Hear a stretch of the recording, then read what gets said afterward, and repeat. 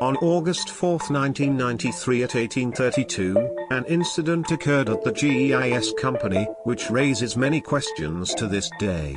Company employee John Smith, a wine mechanic aged 32, wanted to try out a theory involving the interdimensional portals. In particular, he wanted to see if by changing the wavelength of the newly built portal 2 he could reach other planes of that dimension.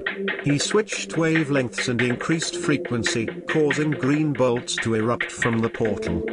Unfortunately, John was the only one caught beforehand, and he immediately vanished into thin air. A year later, however, there were signs he was still alive when he contacted the company using Morse code. We couldn't believe it as we thought he was dead. John gave us coordinates of where he was in this dimension and we sent out a search party to find him. When we found and examined John, we discovered that he had Backrooms syndrome. This is a rare condition where you still think you're in the back room long after you're out. Only 2 days had passed for John, but a whole year had passed for us. It seemed as if he had traveled in time by lightning. John was the second case of a person suffering from this syndrome. The first case occurred on May 26, 1990 in Async, California.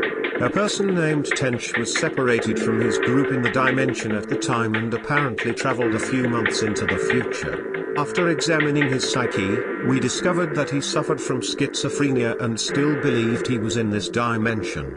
He went back to the dimension, stole a shotgun and shot an employee before fleeing the facility. He later tripped and hit his head on a rock, resulting in his death.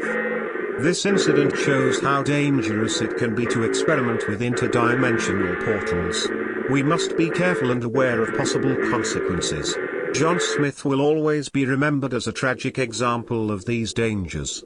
On May 15, 1994, the company finally found John Smith, who is said to have died in a car accident.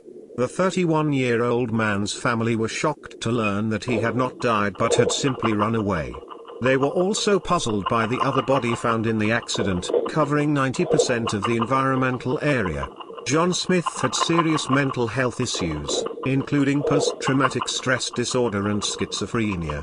After a long treatment, he was released in 1995 but could not return to the normal world.